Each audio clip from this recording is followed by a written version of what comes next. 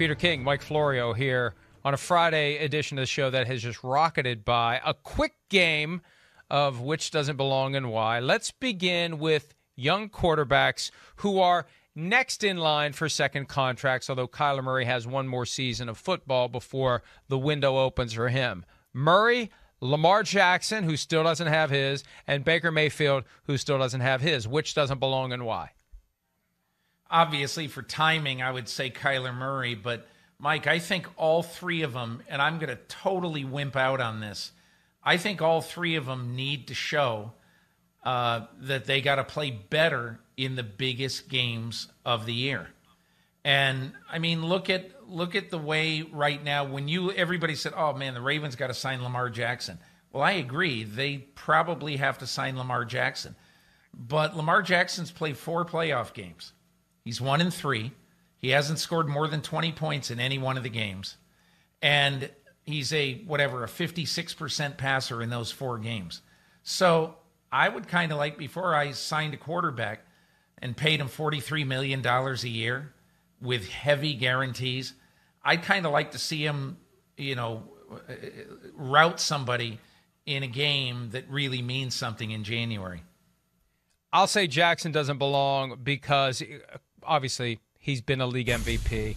And in Baltimore, it's all been set up for Jackson. There's stability in the coaching staff with John Harbaugh. They've constructed the offense for Lamar Jackson. They're all in with Lamar Jackson.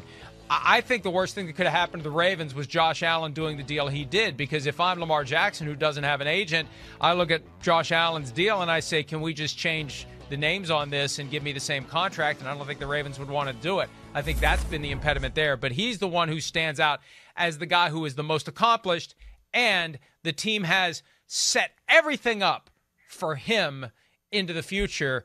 And the question is when they pull the trigger on that second contract. John Harbaugh has said it's going to happen. The question is when, and maybe it won't happen until after the season. A couple of other quarterbacks who are not in line for big contracts, but are veterans who are likely keeping a seat warm, at least for now. Sam Darnold, Teddy Bridgewater, Andy Dalton. Which doesn't belong and why? I'd say Sam Darnold, because Sam Darnold has, although an outside chance, a truly legitimate chance to win the starting job and keep it in Carolina. Now, if you ask me, do I think that's going to happen? No, because they have an owner that is enamored with the big name. And in my opinion, I think that owner is going to want to get a chastened Deshaun Watson or Aaron Rodgers after this season. But, we'll see what happens. Sam Darnold has the whole world in his hands.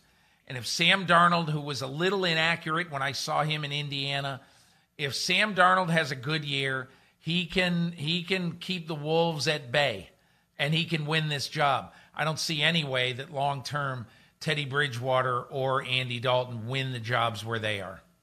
You're absolutely right that Panthers owner David Tepper is obsessed with getting himself a shortlist franchise quarterback. He believes that is one of the keys. He said this in the backseat of an SUV on the Amazon All or Nothing series when it focused on the Panthers a couple years ago. The league is set up for everyone to go 8-8.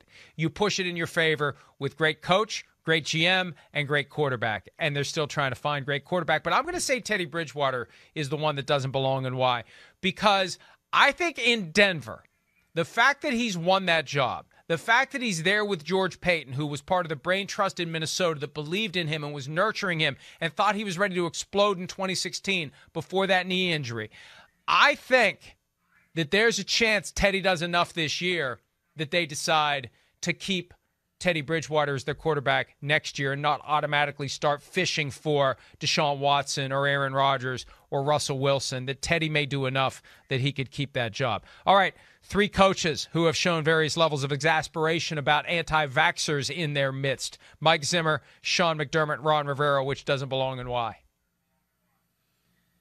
Oh, man, they all belong. But I'm going to say Sean McDermott because he's got the best team, and that team is really, in my opinion, in the most danger of being disrupted this year because of COVID.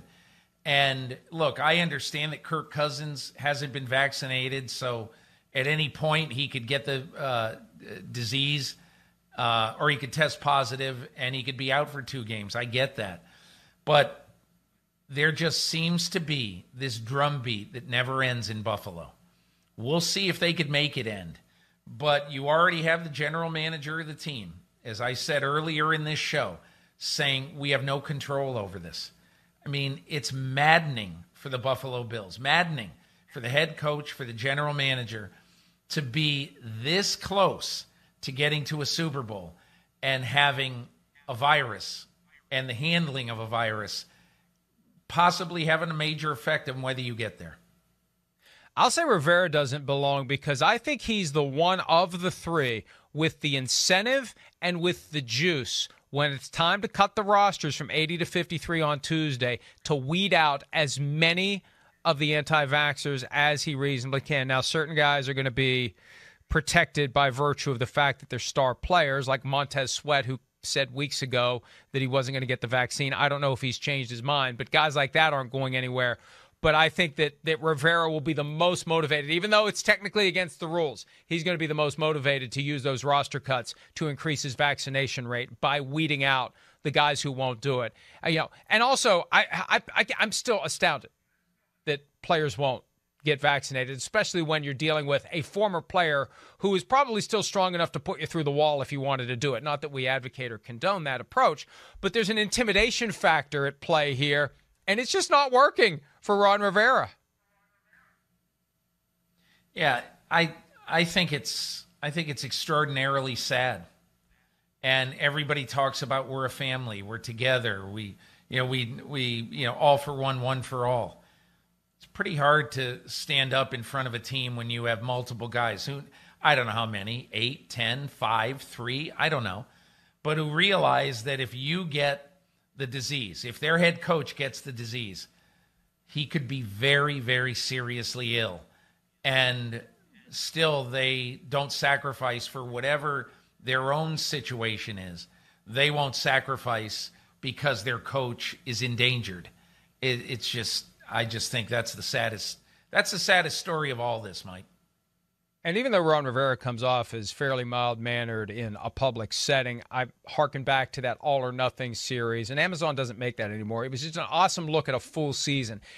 Shots of Ron Rivera in the locker room at halftime, peel the paint off the wall the way that Rivera would go after the players with the tapestry of profanity that he would weave. So if he can't convince players to do it, I'm not sure anyone can, but hopefully more guys will choose to get the vaccine. Personal choice to get the vaccine between now and the start of the regular season.